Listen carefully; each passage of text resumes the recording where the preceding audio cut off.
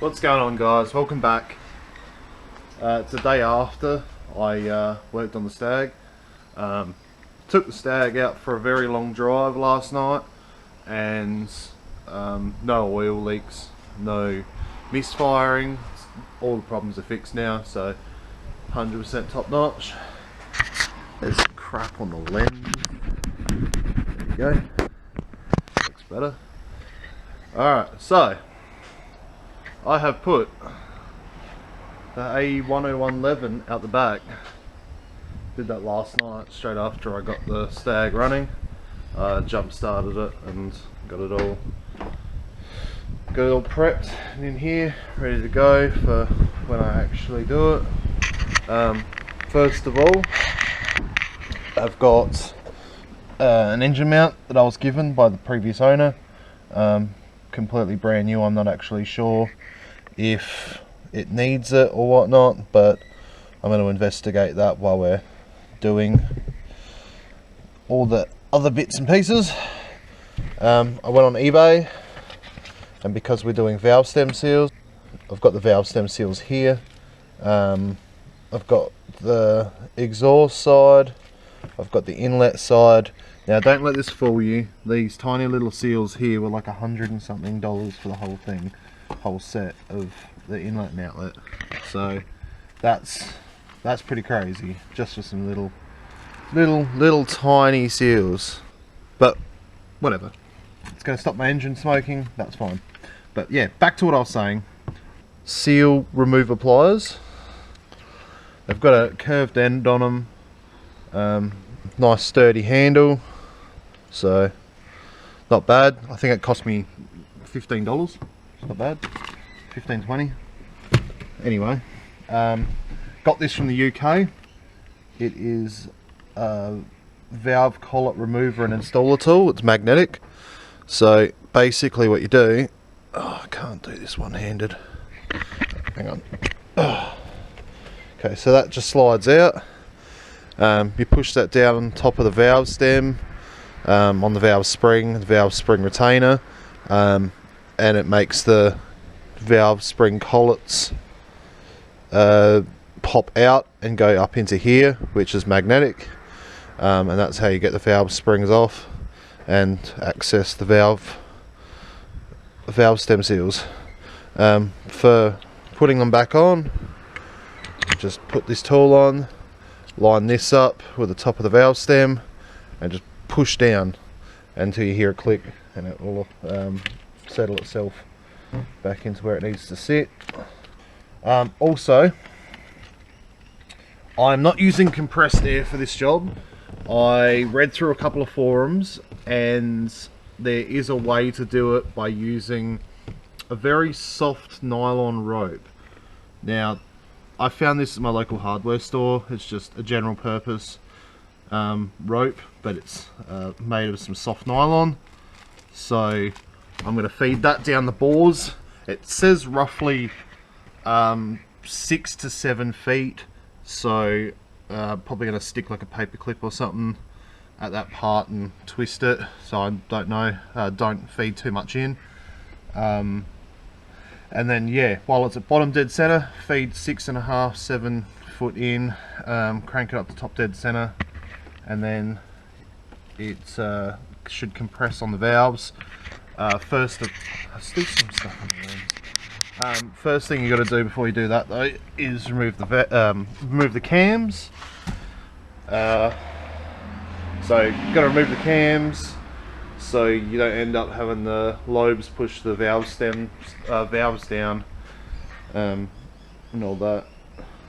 So yeah, it's going to be a long process. Probably not going to do it today. I did want to start doing it today while I still got a bit of motivation, but it's very cold today. It's not raining like it was yesterday, but it's freezing. So I'm probably going to leave this for a couple of days and then come back to it. But all my tools are here, all my parts are here, so that's a bonus. Got the bonnet popped as well, so show you guys the engine that I'm working with. most Toyota people know what I'm all on about with when it comes to an AE101 Levin.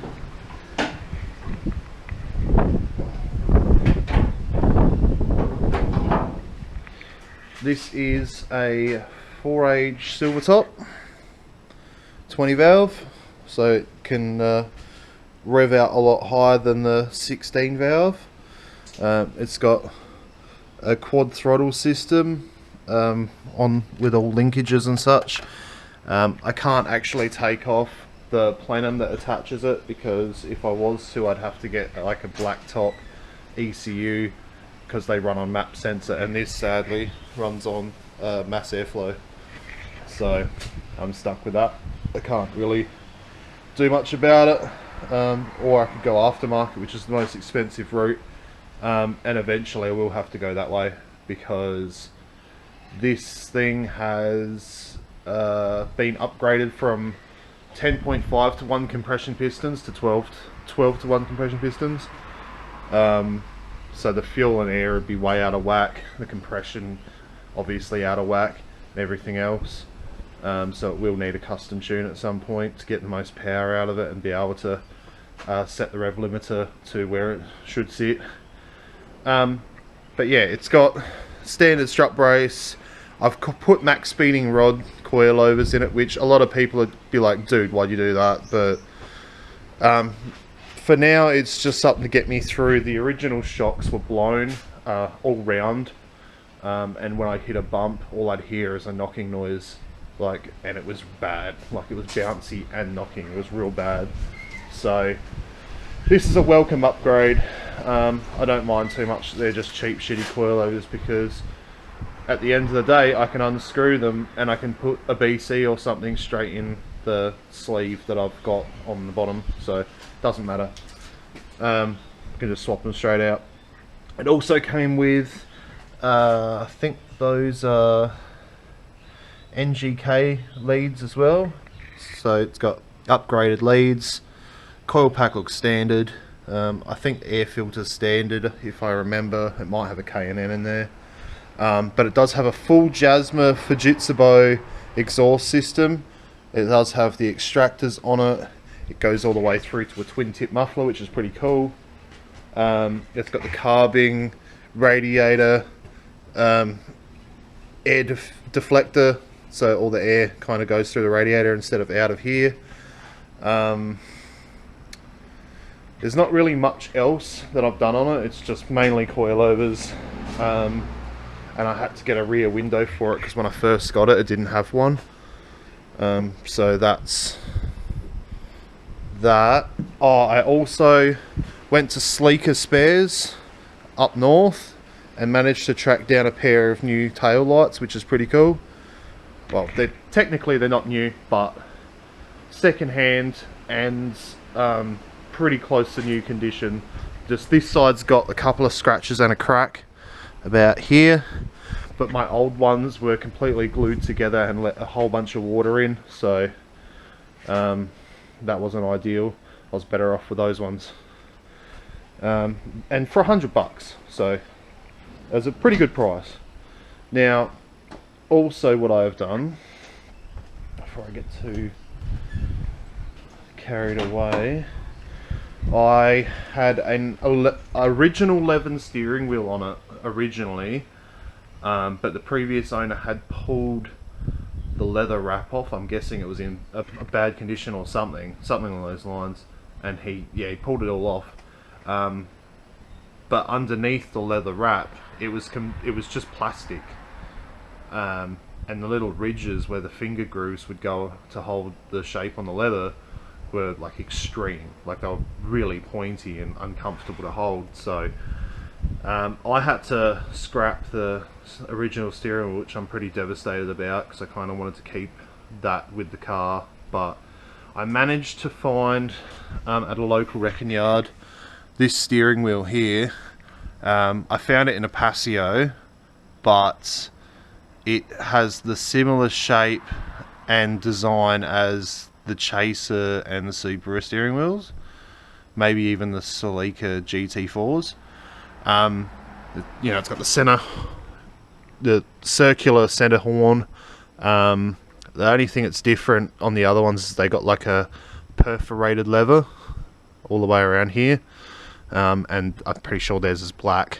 So also modified a Magna dash mat just to slap on top because my dash is trash from sitting in the weather, and I put a Celica shift knob on it just because Toyota originality and such. Other than that, standard interior. It's got a head unit, front speakers, nothing special, but yeah, I do like the thing. Previous owner also has de-stickered both sides, but there is a company called Zen Graphics in the UK, and they remanufacture all kinds of like OEM stickers for different things, motorbikes, cars, everything in between. So I managed to track down a pair of Toyota Corolla Levin stickers because this is the GT Apex version. So the GT Apex would sit here and Corolla Levin would sit on this side, in original grey, the original grey colour they come with, so that's awesome. I'm probably going to fix the paint before I go putting them back on, because there's nothing worse than putting some nice OEM stickers on it that cost me like, you know, £40 to buy, and I think it was £40, probably like almost $70 equivalent. It's crazy. 70 bucks Australian. So yeah, so there's no point putting expensive reproduction stickers on a car when the paint's crap, because eventually you're just going to want to pull it back off when you redo the paint anyway, and then you're not going to have it. So I've got them sitting there anyway, just ready for that all to happen. But yeah, so this is my Levin. I hope to have this done hopefully no later than next week, because I think that car cruise will be happening soon, that car meet that I was talking about yesterday and a couple of videos ago. So I'm super stoked. Yeah, is what she is. She's not bad. Yeah, anyway, that's my update. Yeah, hopefully this will be done by late next week, and then we'll start looking at other things like doing wheel swaps, doing the headlight fixes, maybe some touch-up paint just for the flake and paint. Yeah, just generally any minor touch-ups that it needs. Yeah, cheers for tuning in anyway, guys. Thanks for watching. Don't forget to like and subscribe, and stay tuned because big things are coming. Catch you later, guys.